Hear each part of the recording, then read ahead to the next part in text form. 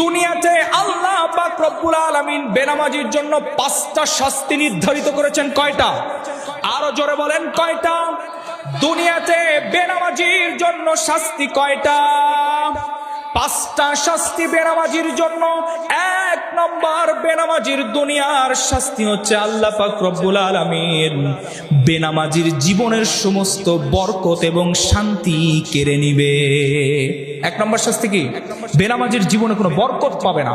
টাকার মালিক হতে পারে, পয়সার মালিক হতে পারে, ক্ষমতার মালিক, প্রভাব প্রতিপত্তির মালিক, কিন্তু শান্তি বলতে কোনো জিনিস কোনোদিন তার নসিবে হয় নাই। ঠিক কিনা? আউযু বিল্লাহি মিনাশ শাইতানির রাজীম। বিসমিল্লাহির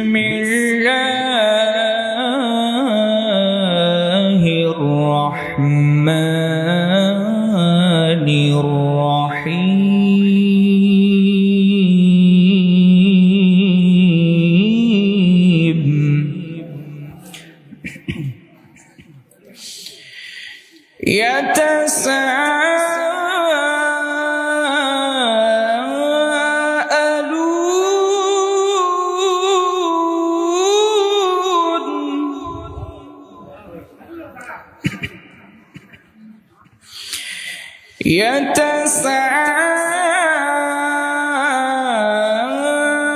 يتساءلون عن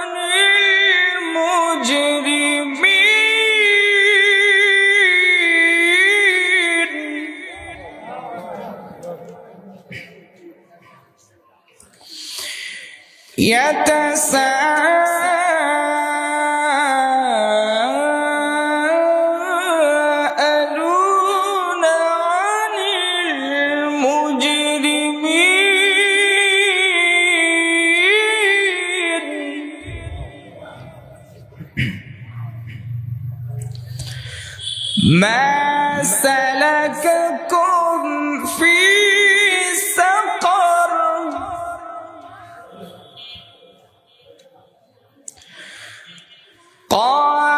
قالوا لم نك من المصلين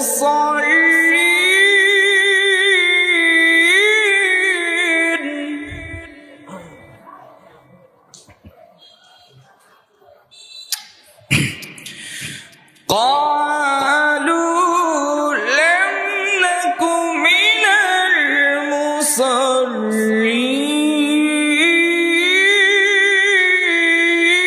المصلين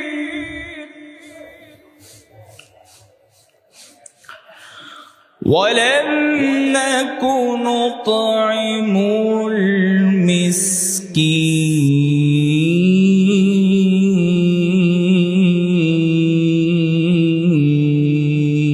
المسكين صدق الله مولانا العظيم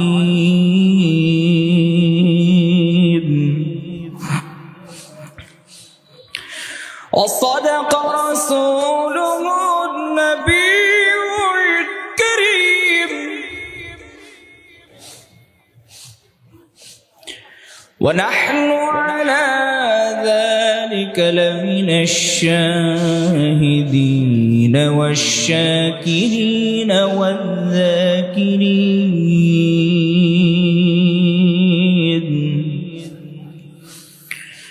والحمد لله رب العالمين.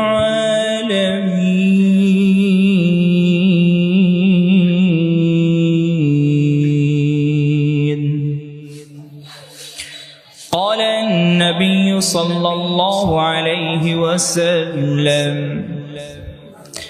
أول ما يحاسب به العبد يوم القيامة الصلاة، أو كما قال النبي صلى الله عليه وسلم: إن الله وملائكته يصلون على النبي ইয়া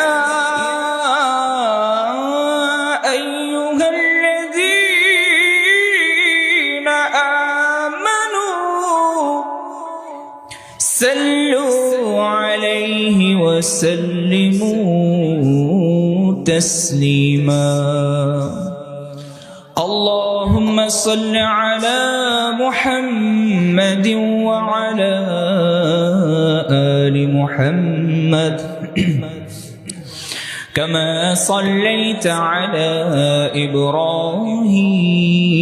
إبراهيم وعلى آل إبراهيم إنك حميد مجيد اللهم بارك على محمد وعلى آل محمد كما باركت على إبراهيم وعلى آل إبراهيم إنك حميد مجيد بلغ العلا بكماله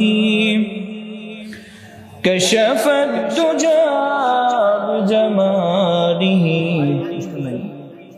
حسنت جميع خصاله صلوا عليه وآله بلغ العلا بكماله كشف الدجى بجماله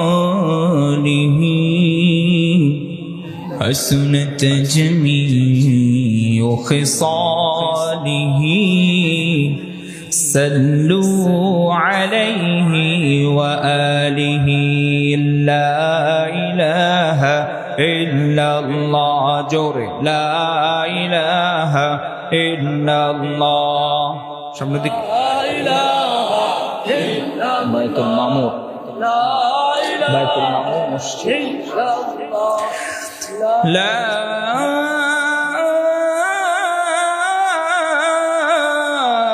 إله إلا الله محمد رسول الله الحمد لله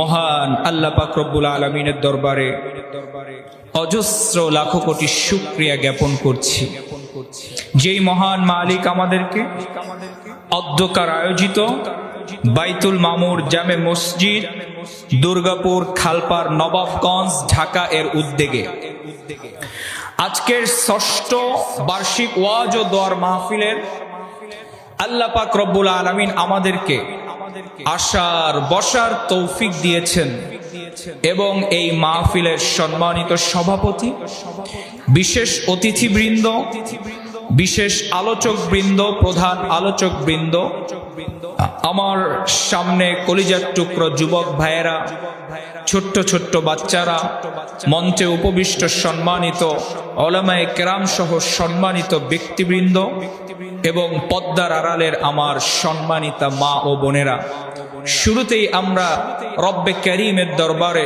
শুকরিয়া জ্ঞাপন করছি যেই মালিক আমাদেরকে এই জান্নাতি বাগানে আসার ও বসার তৌফিক দিয়েছেন আমরা সকলে পড়ি আলহামদুলিল্লাহ হাজারো লাখো কোটি দুরুদ ও সালাম এই বিশ্ব সভার সভাপতি মানবতার মুক্তির দূত আফতাব নবুয়ত শাহেনশাহ রিসালাত আকায়ে নামদার তাজদার মদিনা হুজুর আকরাম নূরুন আলা নূর সাইয়্যিদুল কওনাইন ওয়াস সাকালাইন ইমামুল মুরসালিন خاتم النبيين رحمة للعالمين شافع المجنبين أقاي كوثر جناب محمد رسول الله صلى الله عليه وسلم এই মুহূর্তে পৃথিবীতে এই মুহূর্তে বিগত 1 ঘন্টায় অসংখ্য মানুষ স্ট্রোক করে অ্যাক্সিডেন্ট করে এই দুনিয়া থেকে পরলোক গমন করে রবের ডাকে সাড়া দিয়ে চলে গিয়েছে ঠিক কিনা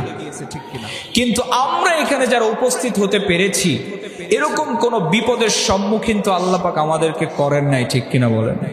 সেই মালিকের শুকরিয়া, যেই মালিক আমাদেরকে সুস্থ রেখেছে। আমাদের আশেপাশেও তো এমন কোনো ঘটনা ঘটেনি, এমন কোনো বিপদের আওয়াজ আমরা এখনো পাইনি। যদি পেতাম অবশ্যই মাইকে আজকে অ্যানাউন্স করা হতো, ঠিক না? কিন্তু আল্লাহ পাক তো আমাদের এলাকাবাসীকে সবাইকে সুস্থ রেখেছেন। তো যেই মালিক আমাদেরকে সুস্থ রাখলেন, যেই মালিক আমাদেরকে নিয়ামত দিয়ে ভরপুর করে দিলেন, সেই মালিকের মহাব্বতে একটা দিনকে একটু কষ্ট করে সবাই স্বতঃস্ফূর্তভাবে এই জান্নাতের বাগানে প্রবেশ করা কি যায় না? যদি এরকমটা হতো তাহলে অনেক ভালোই হতো, অনেক সুন্দর দেখতে লাগতো, সবার দিলের ভিতরে একটা আনন্দর উচ্ছ্বাস প্রকাশ পেত, ঠিক কিনা? এই সামিয়ানা, এই সুন্দর বক্স, এই প্যান্ডেল, এই লাইটিং, এই আয়োজন, এই তবারক, এগুলো কিন্তু মাহফিলের প্রকৃত উদ্দেশ্য নয়, ঠিক কিনা? এগুলো কি মাহফিলের প্রকৃত উদ্দেশ্য না।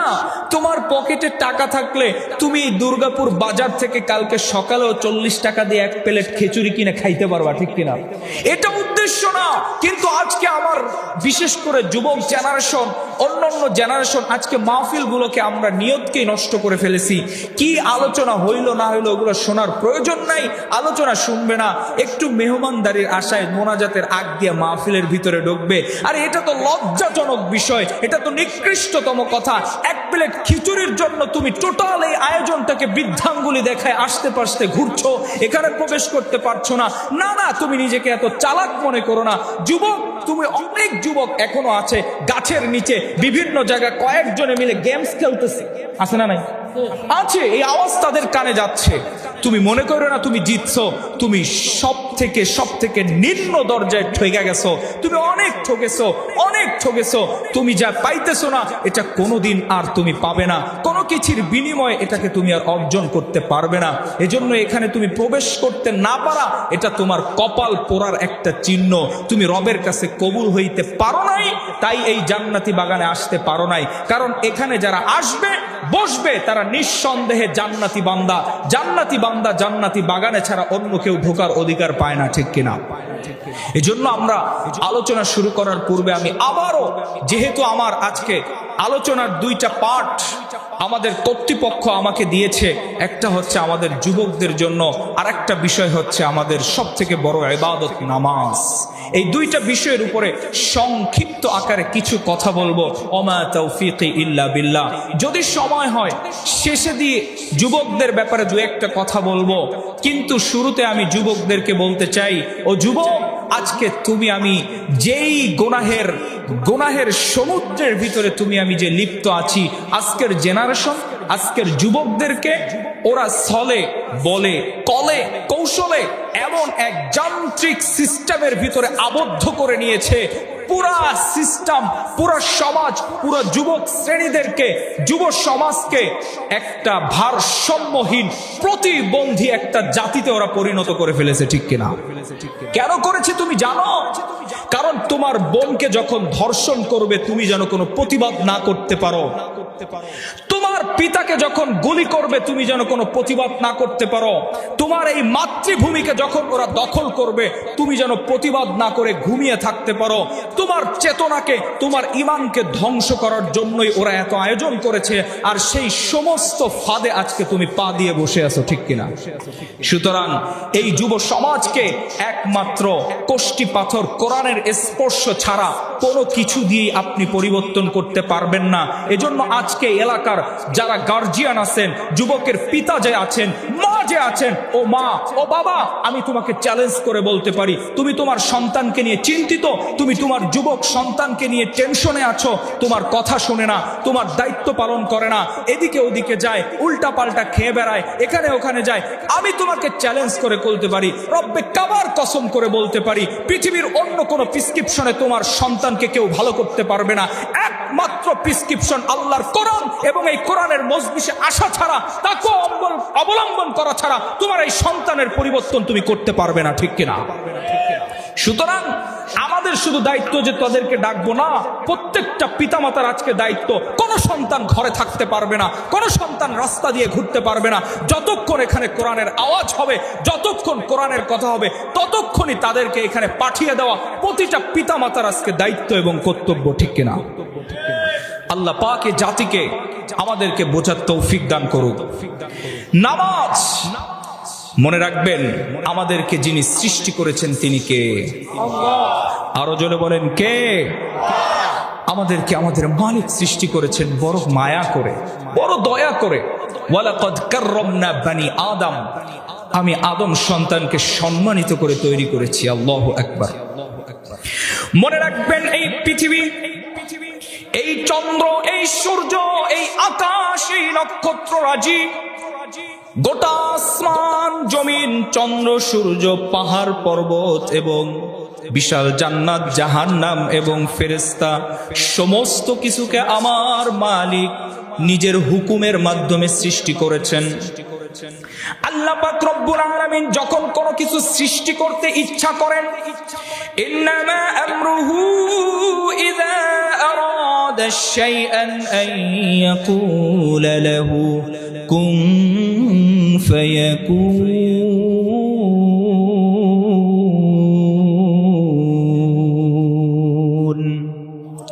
তোমার আমার মালিক যখন কোনো কিছু সৃষ্টি করার ইচ্ছা করেন, তিনি শুধু বলেন কুন ফায়াকুন, সাথে সাথে হয়ে যায়। কিন্তু তোমাকে আর আমাকে সৃষ্টি করার সময় মালিক কিন্তু কুন ফায়াকুন বলে সৃষ্টি করেন নাই। মালিক কিন্তু নিজের কুদরতি হাতের দ্বারা তোমাকে আমাকে সৃষ্টি করেছেন। শুধু তাই নয়, তোমাকে আমাকে আল্লাহ পাক রব্বুল আলামিন শ্রেষ্ঠত্বের মুকুট পরিয়ে দিয়েছেন। আল্লাহু আকবার। শ্রেষ্ঠত্বের মুকুট জিবরিলকে দেয় নাই, ঠিক না? জিবরিলের আমিনের মাথায় কিন্তু শ্রেষ্ঠত্বের মুকুট আল্লাহ দেয় নাই। মিকাইলের মাথায় শ্রেষ্ঠত্বের মুকুট দেয় নাই। ইসরাফিলের মাথায় আল্লাহ পাক শ্রেষ্ঠত্বের মুকুট দেয় নাই। শ্রেষ্ঠত্বের মুকুট আল্লাহ পাক আপনার এবং আমার মাথায় দিয়েছেন। আল্লাহু আকবার। সুতরাং যেই মালিক এত কুদরতি ভাবে তোমাকে আমাকে সৃষ্টি করল, যেই মালিক মায়ের পেটের ভিতরে 10 মাস 10 দিন নিজের কুদরতি প্রসেসিং এর মাধ্যমে, যেখানে পৃথিবীর কোন বিজ্ঞান সেখানে পৌঁছাইতে পারে না, পৃথিবীর কোন বিজ্ঞান মায়ের পেটের ভিতরে 3 অন্ধকারের ভিতরে একটা ইন্টেন্সিভ কেয়ারের ভিতরে, যেখানে পৃথিবীর কোন আলো বাতাস অক্সিজেন কারো দ্বারা পৌঁছানো সম্ভব নয়, সেখানে তোমার আমার মালিক কুদরতি ভাবে তোমাকে আমাকে লালন পালন করেছে, ঠিক কিনা? যেই মালিক এত মহাব্বত করে, এত ভালোবেসে, এত মায়া করে তোমাকে আমাকে সৃষ্টি করলেন, দুনিয়াতে আনলেন, সমস্ত নিয়ামত দিয়ে ভরে রাখলেন।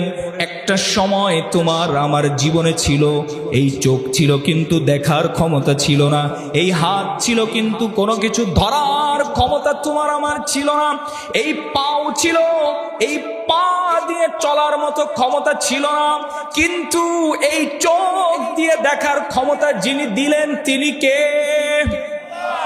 আরো জোরে বলেন তিনি কে?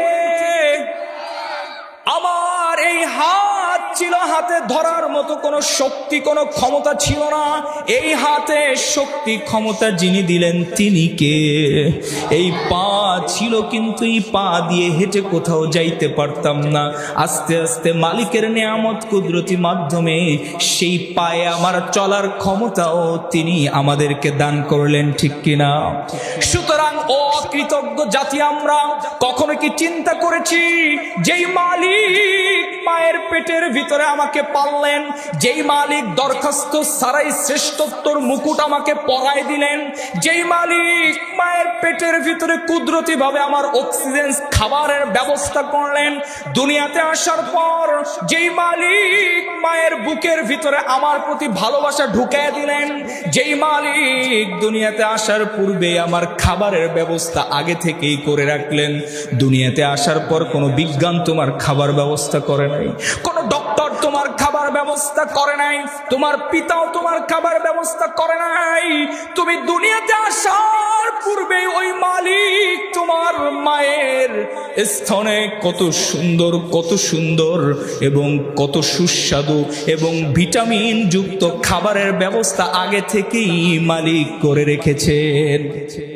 শুধু তাই নয়, বিজ্ঞান বলে মায়ের স্তনের ভিতরে সূক্ষ্ম 36টা ছিদ্র আল্লাহ পাক দিয়েছেন। কেন দিয়েছেন? একটা ছিদ্রই তো দিতে পারতেন, 36টা ছিদ্র কেন দিল? কারণ তোমার কচি মুখ, তুমি একবারে যদি তুমি দুধ খেতে যাও, তোমার মুখটা ভরে তোমার বমি হতে পারে, উগলে যেতে পারো, কষ্ট হতে পারে। এজন্য আল্লাহ পাক রব্বুল আলামিন তোমার ওই কচি মুখে যেন খাইতে কোনো কষ্ট না হয়, এজন্য 36টা ছিদ্রের মাধ্যমে ছেকে আস্তে আস্তে করে তোমাকে দুধ যিনি খাওয়িয়েছেন তিনি কে? সুতরাং তোমাদের কাছে প্রশ্ন করতে চাই, যেই মালিক এত পরিমাণ নিয়ামত তোমাকে আমাকে উজাড় করে দিলেন, কখনো কি চিন্তা করেছো সেই মালিক তোমার থেকে আমার থেকে কি চায়? এই চিন্তাটা করার সময় আজকের জেনারেশনের নাই, ঠিক কিনা? এই চিন্তা করার সময় নেই আমাদের। কে চিন্তা করবে? আমরা তো সবাই ব্যস্ত। যুবকদেরকে ডাকলে যুবক বলে কি সময় নাই, কি বলে সময় নাই।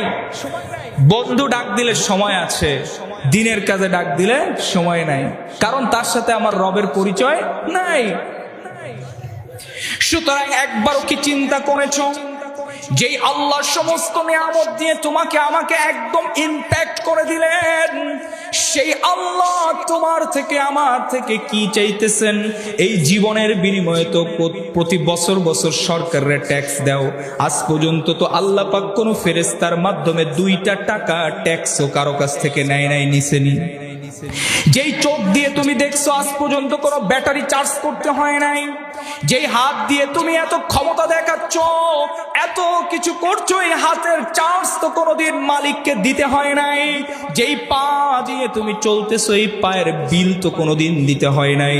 যেই জবান দিয়ে তুমি আমি বক বক করতেছি, এই জবানের চার্জ তো কোনোদিন মালিককে দিতে হয় নাই, ঠিক কিনা? কিন্তু এতটুকু সব বাদ দিলাম, তোমার আমার কি একটু সময় হবে না যে মালিক কেন দুনিয়াতে আমাকে পাঠাইলো? ও বন্ধু, ও যুবক, ও পদ্মার আড়ালের মা ও বোনেরা, যদি আমার মালিকের কাছে জিজ্ঞেস করি, ও মালিক সব কিছু তো তুমি দিলে, এত নিয়ামত দিয়ে তুমি আমাদেরকে পরিপূর্ণ করে দিলে, তুমি আমাদের থেকে কি চাও? দুনিয়ার সামান্য একজন মানুষ একটু উপকার করলে তার কৃতজ্ঞতা প্রকাশ করার জন্য আমরা পাগলের মতো পাগল পারা হয়ে যাই, ঠিক কিনা? কবে একটু আমাকে কে রক্ত দিয়েছিল, এটার জন্য সারা জীবনের জন্য তার প্রতি কৃতজ্ঞ হয়ে যাই। আমাকে একটু উপকার করেছিল, একটু ঋণ দিয়েছিল, এটার জন্য তার প্রতি আমরা স্যালেন্ডার হয়ে যাই, কৃতজ্ঞতা প্রকাশ করি। কিন্তু যেই মালিক রুহের জগৎ থেকে এখন পর্যন্ত সমস্ত নিয়ামত দিয়ে তোমাকে আমাকে ভরে রেখেছে, ইম্প্যাক্ট করে রেখেছে, সেই মালিকের প্রতি কি একটু কৃতজ্ঞতা প্রকাশের সময় আমাদের হয় না? একটু কি সময় হয় না মালিককে একটু জিজ্ঞেস করি, ও মালিক কেন তুমি আমাদেরকে বানাইলে? কেন এত মহাব্বত করে সৃষ্টি করলে? কেনই বা দুনিয়াতে পাঠাইলে? এই প্রশ্নটা কি আজকে এখান থেকে আমরা আল্লাহর কাছে করতে পারি না? পারি কিনা? করি না একটু মালিককে প্রশ্ন, মালিক এত মহাব্বত করে কেন বানাইলেন, কেন সৃষ্টি করলেন? আমার মালিক কোরআনের ভিতরে জবাব দিয়ে দিছেন, ওয়ামা খালাকাতুল জিন্না ওয়াল ইনসা ইল্লা লিয়াবুদুন।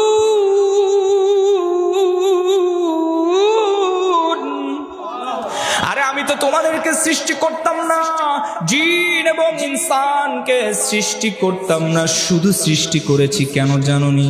তোমাদেরকে সৃষ্টি করেছি শুধুমাত্র আমার ইবাদত করার জন্য, ঠিক কিনা? আল্লাহ কেন সৃষ্টি করেছেন আমাদেরকে? কেন ইবাদতের জন্য। কার ইবাদত? আল্লাহর দাসত্বের জন্য আমাদেরকে সৃষ্টি করেছেন। এবার যদি মালিককে একটু প্রশ্ন করি, মালিক এই ইবাদতটা কতদিন পর্যন্ত করব, কত সময় পর্যন্ত ইবাদত করব? আল্লাহ পাক রব্বুল আলামিন তার জবাব কোরআনের ভিতরে দিয়ে দিলেন, ওয়াবুদ রাব্বাকা হাত্তা ইয়াতিয়াকাল ইয়াকিন।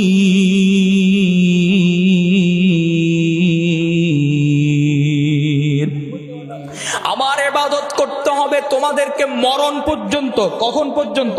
মরণ পর্যন্ত ইবাদত করতে হবে। কার?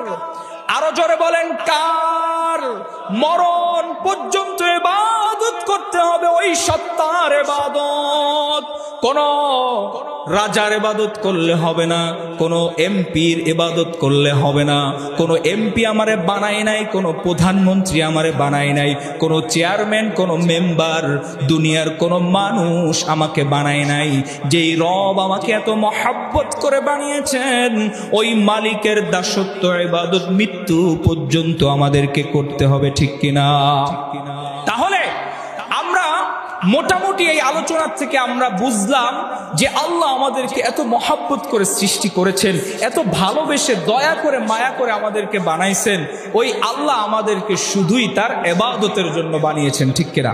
কিসের জন্য? এটা আমাদেরকে আগে বুঝতে হবে, কিসের জন্য বানাইছে? আপনারে আল্লাহ কেন বানাইছে? কোন ইবাদতের জন্য। কার ইবাদত? আল্লাহর দাসত্বের জন্য। কার দাসত্বের জন্য? মুসলমান জোরে বলতে হবে, আল্লাহ। আকাশ বাতাসকে প্রকম্পিত করে আল্লাহর নাম নিতে হবে। আল্লাহর নাম নিতে কি আমরা ভয় পাই? ভয় পাই? পৃথিবীর যে কোনো রাষ্ট্রে, যে কোনো ইমিগ্রেশনে আমরা বুক ফুলিয়ে বলতে পারবো, we are proud of Islam, এবং আমাদের রব হচ্ছে একমাত্র আল্লাহ। এতে আমাদের কোনো ভয় নাই, ঠিক কিনা? এটা আমাদের ঈমান, এটা আমাদের ঈমানি শক্তি। আমাদের পাওয়ার যিনি যোগান, তিনি আমাদের রব, তিনি আমাদের সব, ঠিক কিনা? সুতরাং মুসলমান, যেহেতু ইবাদতের জন্য মালিক তোমাকে আমাকে সৃষ্টি করেছেন, এটা তো বিশাল বিস্তারিত আলোচনা।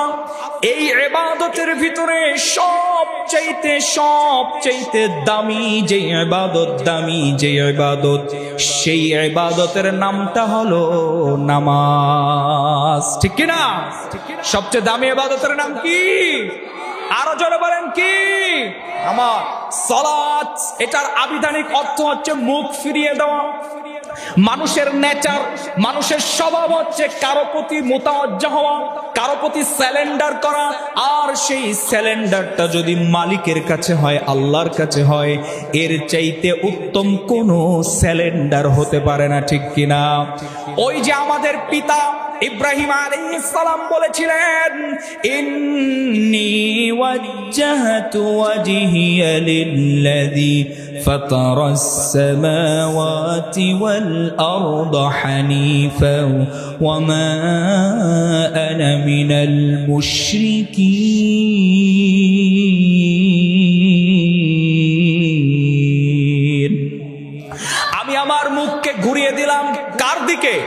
আল্লাহর দিকে, যিনি আসমান জমিনের মালিক।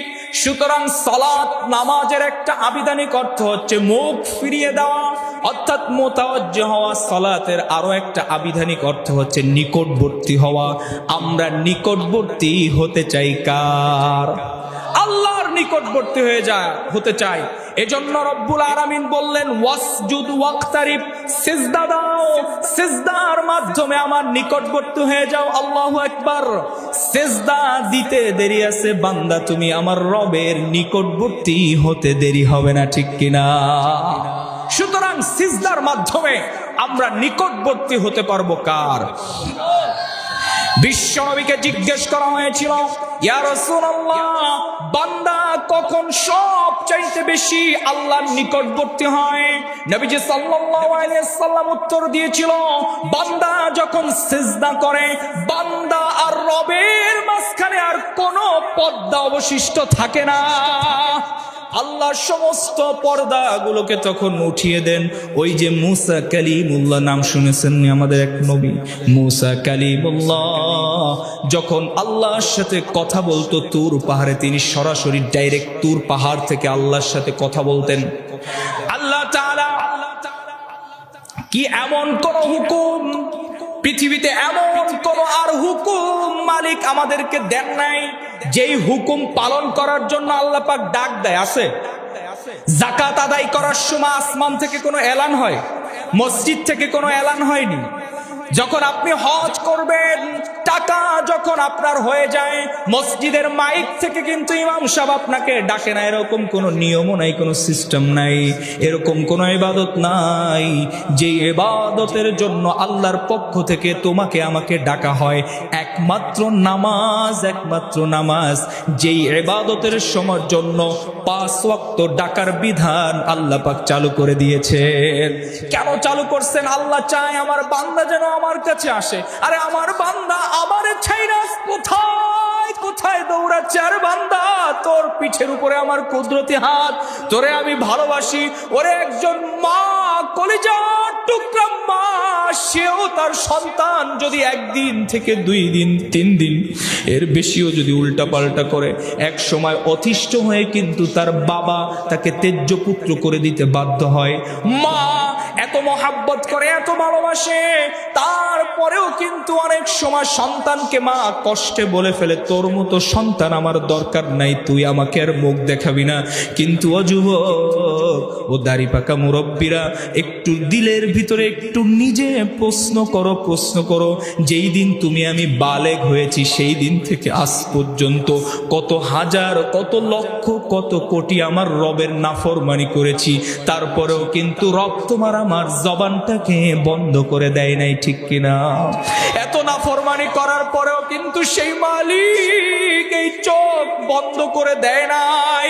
এত নাফরমানি করার পরেও কিন্তু মালিক তোমার আমার রিজিকের দরজা কিন্তু বন্ধ করে দেয় নাই। সুতরাং ওই মালিক 5 বার তোমাকে আমাকে ডাকছে, 5 বার তোমাকে আমাকে ডাকছে, হাইয়া আলাস সালাহ,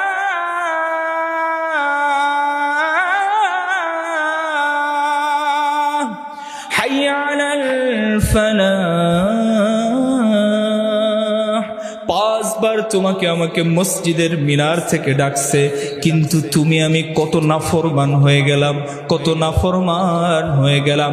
ফজরের সময় যখন আসসালাতু খায়রুম মিনান নাওম,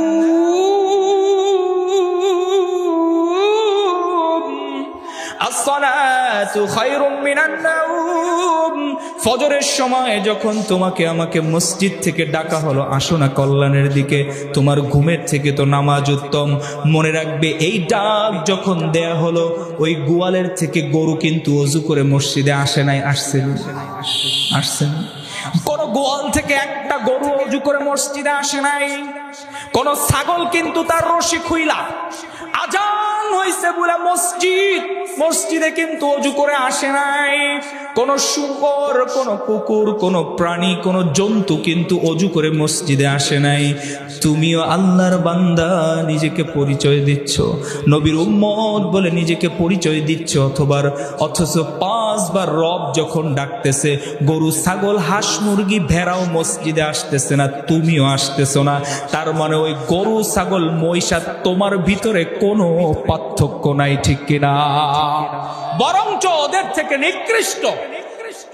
উলাইকা কাল আনআম বাল হুম আদল। আল্লাহ তো শুয়োরের চাইতে নিকৃষ্ট বলছে, নাউজুবিল্লাহ। যারা ওই যে গরু আসলো না নামাজে, আজান শুই না, মহিষ আসলো না, শুকর কুকুর আসলো না, তুমি মুসলমান হয়ে আসলো না, শুকর কুকুরের চাইতেও তোমাকে নিকৃষ্ট রব বলেছে, আমি বলি নাই, ঠিক কিনা? সুতরাং নামাজ এটা এমনই একটা ইবাদত, নামাজ এটা এমন একটা ইবাদত, কি দিয়ে বুঝাবো তোমাদেরকে? শয়তান কেন শয়তান হয়েছিল জানো নাকি? শয়তান কেন শয়তান হয়েছে? শয়তানকে আল্লাহ বলেছিল, উসজুদু লি আদম, আমার আদমকে একটা সিজদা করো। কয়টা? জোরে বলেন, কয়টা?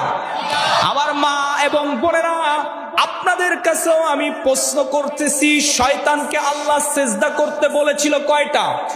একটা সিজদা করতে বলেছিল। শয়তান আমার আল্লাহর মাত্র একটা সিজদাকে অস্বীকার করেছিল, ঠিক কিনা? শয়তান মাত্র আমার আল্লাহর একটা সিজদাকে অস্বীকার করার কারণে চিরদিনের জন্য লানত-প্রাপ্ত ইবলিস, খবিস, চির জাহান্নামীতে রূপান্তরিত হয়ে গিয়েছে, ঠিক কিনা? এখন আমি তোমার বিবেকের কাছে প্রশ্ন রেখে গেলাম আজকে, ও মুসলমান যুবক, ও মুসলমান আমার মা ও বোনেরা, ও দুর্গাপুরবাসী, তোমাদের কাছে আমি প্রশ্ন রেখে গেলাম। শয়তান মাত্র এক সিজদা অস্বীকার করার কারণে লানতপ্রাপ্ত ইবলিস খবিস চির জাহান্নামীতে রূপান্তরিত হয়ে গেল। কিন্তু যেই মুসলমান যেই বনি আদম প্রতিদিন 5 ওয়াক্ত নামাজে মোট 17টা সিজদা, আল্লাহু আকবার, 17টা ফরজকে যেই মুসলমান অস্বীকার করলো, শয়তানের চাইতেও নিকৃষ্ট, ঠিক কিনা? আবার কথাটা কি অযৌক্তিক মনে হলো? হ্যাঁ, কথার সাথে আপনারা একমত আছেন? শয়তান একটা সিজদা অস্বীকার করার কারণে কি হয়েছে? নাফরমান হয়েছে, শয়তান হয়েছে। আর যে মুসলমান প্রতিদিন 5 ওয়াক্ত নামাজে 17টা সিজদাকে অস্বীকার করলো, ও ইবলিসের চাইতেও বেশি খারাপ। ওই ইবলিস দূর থেকে দেখা কয়, রে আমি তো মাত্র একটা সিজদা অস্বীকার করার কারণে ইবলিস হয়েছি। ওস্তাদ, তুমি যে প্রতিদিন 17টা সিজদা অস্বীকার করতেছো, তোমারে আমি সালাম, তোমার কাছ থেকে আমার বহুত কিছু শেখার আছে, ঠিক কিনা? যে মুসলমান নামাজ না পড়ে তারে শয়তান দূর থেকে কি দেয়? সালাম দেয়। দূর থেকে তারে শয়তান সালাম দিয়ে বলে, তুই আমার ওস্তাদ, তুই আমার ওস্তাদ, তোর চাইতে বড় ওস্তাদ আর দুনিয়াতে কেউ নাই, তোমারে আমার সালাম, ঠিক কিনা? ইমাম গাজালি রহমাতুল্লাহ আলাইহি কিতাবের ভিতরে লিখেছেন, আমার মা বোনরাও শুনেন, কত হাজার হাজার টাকার প্রসাধনী দিয়ে মেকআপ করতেছেন যুবকরা ফেসবুকে একটা ছবি দেওয়ার জন্য, ফেসবুকে প্রোফাইল পিকচার দেওয়ার জন্য তোমার মুখটাকে তুমি সাজাচ্ছ। কিন্তু তুমি যদি বেনামাজি হও, তুমি যদি নামাজ না পড়ো, তাহলে আজকে শুনে রাখো, ইমাম গাজালি রহমাতুল্লাহ আলাইহি কিতাবের ভিতরে লিখছেন, এই পৃথিবীর সবচাইতে নিকৃষ্ট পশু শূকর কি? সবচাইতে নিকৃষ্ট পশুর নাম কি? শূকর। এই শূকর যখন সকাল বেলা, যখন শূকর ঘুম থেকে উঠে, তখন যারা শূকর দেখছেন দেখবেন, শূকর সকালবেলা ঘুম থেকে উঠে আসমানের দিকে তাকায়, একটা চিৎকার দেয়, ডাক দেয়, মুখটা ফাঁকা করে দেয় কিনা? কিতাবের ভিতরে ইমাম গাজালি রেখেছেন, শয়তান সকালবেলা উঠে আল্লাহ শুকরিয়া আদায় করে, আল্লাহু আকবার, যে আল্লাহ তুমি আমাকে সৃষ্টির নিকৃষ্ট বানিয়েছো, তারপরেও সৃষ্টির ভিতরে আমাকে স্বীকৃতি দিয়েছো, সুবহানাল্লাহ, তোমার শুকরিয়া আদায় করছি। এরপরে শুকর আল্লাহর কাছে একটা ফরিয়াদ জানায়। কার কাছে? আল্লাহর কাছে শুকর একটা ফরিয়াদ জানায়, মালিক তোমার কাছে আমি ফরিয়াদ জানাই, আমার এই 2 চোখের নজর সর্বপ্রথম যেই ব্যক্তি তার দিকে যাবে, ওই ব্যক্তিটা যেন বেনামাজি কোনো নাফরমান না হয়। আল্লাহু আকবার। চিন্তা করছেন বেনামাজির কতটা নিকৃষ্ট? শুকর আল্লাহর কাছে ফরিয়াদ জানায়, আল্লাহ সর্বপ্রথম যে চেহারাটা আমারে দেখাইবা, ওইটা যেন কোনো বেনামাজির চেহারা না হয়। কি বলেন? এত নিকৃষ্ট আমরা হতে পারি? হ্যাঁ, এত নিকৃষ্ট হয়ে দুনিয়াতে বেঁচে থাকার কোনো লাভ আছে? তাহলে কি করতে হবে? আজকের থেকে পরিপূর্ণ 5 ওয়াক্ত নামাজের নিয়ত করতে হবে, ঠিক কিনা? পারা যাবে না ইনশাআল্লাহ? যাবে তো ইনশাআল্লাহ? নবীজি সাল্লাল্লাহু আলাইহি ওয়াসাল্লাম বলেন, বেনামাজির হাসর ফিরাউনের সাথে হবে। কার সাথে? ফেরাউনের সাথে। এটা আমার বলার উদ্দেশ্য নয়, বলার উদ্দেশ্য হলো ফেরাউনের সাথে বেনামাজির হাসর কেন হবে, এটার একটা সিগনিফিকেন্স আছে, এটার একটা কারণ আছে কেন ফেরাউনের সাথে বেনামাজির হাসর হবে। আরো অনেক কাফের, আরো অনেক নিকৃষ্ট ব্যক্তি তো এই জমিনে ছিল, কিন্তু নবীজি সাল্লাল্লাহু আলাইহি ওয়াসাল্লাম আল্লাহ পাক কেন এই ঘোষণা দিলেন বেনামাজির হাসর ফেরাউনের সাথে হবে? কারণ ফেরাউন ছিল মুতাকাব্বির। যারা হাদিস ব্যাখ্যাকারী তারা লিখেছে ফেরাউন ছিল অহংকারী। কি ছিল? অহংকারী ছিল। এত অহংকার ছিল ফিরাউনের মধ্যে, আল্লাহকে সিজদা দিতে চাইতো না। এজন্যই যেই মুসলমান, যেই আল্লাহর বান্দা নামাজ পড়ে না, ওর ভিতরে আসলে অহংকার কাজ করে। কি কাজ করে? ওর ভিতরে আসলে অহংকার কাজ করার কারণে ও আল্লাহর সিজদা দিতে পারে না। এই কারণে কিয়ামতের ময়দানে ফিরাউনের সাথে তার হাসর হবে, ঠিক কিনা? তাহলে কিয়ামতের ময়দানে দুর্গাপুরবাসীর কাছে আমি প্রশ্ন করি, কিয়ামতের ময়দানে ফিরাউনের সাথে হাসর করার মতো নিয়ত, ইচ্ছা কার কার আছে? একটু হাত জাগান তো। বুঝে নাই, বুঝে নাই, বুঝে নাই। ফিরাউনের লগে হাসর করবেন? ফিরাউনের লগে হাসর করলে বিনা হিসেবে কোথায়? জাহান্নাম। আমরা ফিরাউনের সাথে হাসরের ময়দানে উঠতে চাই। আমরা নবীজি সাল্লাল্লাহু আলাইহি ওয়াসাল্লামের সাথে হাসরের দিন থাকতে চাই, ঠিক কিনা? সেটা তো নামাজ না পড়লে হবে না, না না, নামাজ পড়তে হবে। সুতরাং আমি আজকে তোমাদের কাছে বলতে চাই, বেনামাজির 15টা শাস্তি। কয়টা? 15টা শাস্তি। দুনিয়াতে আল্লাহ পাক রব্বুল আলামিন বেনামাজির জন্য 5টা শাস্তি নির্ধারিত করেছেন। কয়টা? আরো জোরে বলেন, কয়টা? দুনিয়াতে বেনামাজির জন্য শাস্তি কয়টা? 5টা শাস্তি বেনামাজির জন্য। 1 নম্বর, বেনামাজির দুনিয়ার শাস্তি হচ্ছে আল্লাহ পাক রব্বুল আলামিন বেনামাজির জীবনের সমস্ত বরকত এবং শান্তি কেড়ে নিবে। 1 নম্বর শাস্তি কি? বেনামাজির জীবনে কোনো বরকত পাবে না। টাকার মালিক হতে পারে, পয়সার মালিক হতে পারে, ক্ষমতার মালিক, প্রভাব প্রতিপত্তির মালিক, কিন্তু শান্তি বলতে কোনো জিনিস কোনোদিন তার নসিবে হয় নাই, ঠিক কিনা? আজকের বিজ্ঞান প্রমাণ করেছে, ইউনিভার্সিটি অফ মালয়েশিয়া বায়োকেমিক্যাল ডিপার্টমেন্টের কিছু ইঞ্জিনিয়ার, গবেষক, তারা গবেষণা করেছে সিজদারত এবং নামাজরত মানুষদেরকে তারা গবেষণা করেছে। ও যুবক, তুমি ভালো করে শুনে রাখো, আজকে ডিপ্রেশনে ভুগছো, আজকে শান্তির খোঁজে আসো, আজকে মনটাকে শান্তি দেওয়ার জন্য খালপাড় গিয়ে ঘুরছো, ওই কক্সবাজার গিয়ে ঘুরছো, হানিমুনে থাইল্যান্ড, লন্ডন, আমেরিকা, ব্যাংকক যাচ্ছ, কিন্তু আসলে প্রশান্ত তুমি পাচ্ছ না। শান্তি যদি পেতে হয় তাহলে শুনে রেখো, শান্তি কোথায় কোথায়, এটা বিজ্ঞানের রিসার্চ বলতেছি তোমাকে, কারণ তুমি তো বিজ্ঞান মোনা। আজকে আখেরাতের কথা বললে আমাদেরকে ব্যাকডেটেড বলো, আমাদেরকে বলো হুজুররা এরকম চিল্লায়, হুজুররা এমন বলে, তোমার বিজ্ঞান থেকে আমি শোনায় যাই, শোনো শোনো। আজকের বিজ্ঞান প্রমাণ করেছে, ইউনিভার্সিটি অফ মালয়েশিয়ার বায়োকেমিক্যাল ডিপার্টমেন্টের ইঞ্জিনিয়াররা তারা নামাজরত মানুষকে নিয়ে তারা গবেষণা করেছে। তারা স্ক্যানার মেশিন বসিয়েছে নামাজের মাথায়। কোথায়? নামাজের মাথায় স্ক্যানার মেশিন বসিয়েছে। স্ক্যানার মেশিন বসিয়ে এমআরআই করেছে। এমআরআই করে তারা দেখেছে, একজন মানুষ যখন নামাজ পড়ে, প্রতিটা মানুষের মাথার ভিতরে 10 লক্ষ সেল আছে, কোষ আছে। কত লক্ষ? 10 লক্ষ সেল, কোষ আছে। এগুলো এক একটা এক এক কাজ করে। এই কোষগুলোর ভিতরে আলফা ওয়েভ নামে কিছু কোষ আছে, আলফা ওয়েভ অ্যাক্টিভিটিস নামক কিছু কোষ আছে মানুষের মাথার ভিতরে। এই কোষগুলো তখনই অ্যাক্টিভ হয়ে যায়, তখনই সচল হয়ে যায় যখন একটা মানুষ কোনো টেনশনে থাকে না, কোনো ডিপ্রেশনে থাকে না, যখন সে শান্তিতে থাকে, কোনো পেরেশানিতে থাকে না, তখন এই আলফা ওয়েভ অটোমেটিক চালু হয়ে যায়। বিজ্ঞান দেখছে যে একটা মানুষ যখন নামাজ পড়ে তখন অটোমেটিকলি আলফা ওয়েভ গুলো এমনিতেই তারা সক্রিয় হয়ে যায়। আল্লাহু আকবার। এরপরে বিজ্ঞান সিজদারত অবস্থায় দিয়ে দেখছে পৃথিবীতে দ্বিতীয় এমন কোন কাজ নাই যেই কাজ করলে মানুষের আলফা ওয়েভ অ্যাক্টিভিটি সক্রিয় হয়, যেই পরিমাণ সক্রিয় সিজদার মাধ্যমে, সিজদায় গেলে ওই আলফা ওয়েভ অ্যাক্টিভিটিস যেই পরিমাণ সক্রিয় হয়, পৃথিবীতে অন্য কোন আমল, অন্য কোন ইবাদত, অন্য কোন কাজ নেই যেই পরিমাণ মানুষের ওই আলফা ওয়েভ সেলগুলো, কোষগুলো অ্যাক্টিভিটিস হয়, একমাত্র সিজদার মাধ্যমে। আল্লাহু আকবার।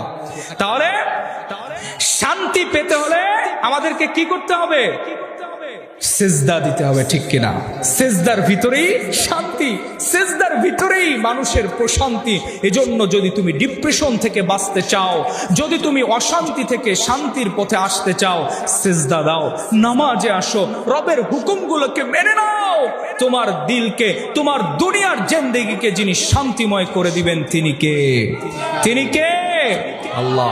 সুতরাং যার নামাজ নাই তার দুনিয়া আখিরাত কিচ্ছু নাই, ঠিক কিনা? মান তারাকা সালাতান মুতাআম্মিদান ফাকাদ কাফার। যে ব্যক্তি ইচ্ছাকৃতভাবে নামাজকে অস্বীকার করলো, নামাজকে অস্বীকার করলো, সে আর ইসলামের ভিতরে থাকতে পারলো না। এজন্য নামাজ এটা আমাদের জীবনের সবচেয়ে বড় ইম্পর্টেন্ট এবং গুরুত্বপূর্ণ একটা ইবাদত। এই ইবাদত দিয়েই কিয়ামতের দিন আল্লাহ পাক আমাদের হিসাব শুরু করবে, ঠিক কিনা?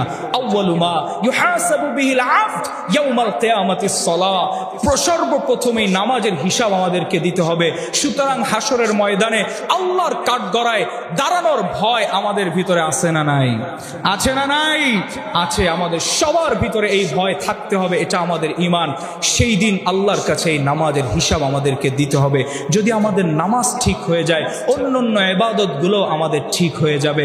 আর যদি নামাজের ক্ষেত্রে আমরা ধরা খেয়ে যাই, তাহলে আমাদের এই জীবনটাই বৃথা হয়ে যাবে। জাহান্নাম ছাড়া আমাদের আর কোনো রাস্তা থাকবে না। সুতরাং আমার আলোচ্য আজকে বিষয় ছিল বেনামাজির 15টা শাস্তি। যদি আল্লাহ কোনোদিন তৌফিক দেয়, অন্য কখনো যদি আপনাদের কাছে সুযোগ হয়, যদি আল্লাহ আবার মিলিত করে দেয়, সেদিন শোনাবো এই শাস্তিগুলো। আরো অনেক কথা ছিল, বিশেষ করে যুবকদেরকে নিয়ে, কিন্তু যেহেতু আমাদের আরো ওলামায়ে কেরাম এখানে আছেন, তারাও দামি দামি কথা বলবে, আলোচনা করবে। আল্লাহ পাক রব্বুল আলামিন আমাদের সকলকে মালিকের খাস বান্দা হয়ে, মালিকের দাসত্ব করে, ইবাদত করে দুনিয়ার এই ছোট্ট জিন্দেগি পাড়ি দিয়ে কাল হাসরের ময়দানে যেন আল্লাহর সামনে আমরা একসাথে একত্রিত হয়ে ঈমানের সহিত আমাদের আমলগুলোকে নিয়ে যেন আমরা আল্লাহর সামনে উঠতে পারি। মালিক আমাদেরকে সেই তৌফিক দান করুক। ওয়া আখিরু দাওয়ানা আনিল হামদুলিল্লাহি রাব্বিল আলামিন। আসসালামু আলাইকুম ওয়া রাহমাতুল্লাহি ওয়া বারাকাতুহু।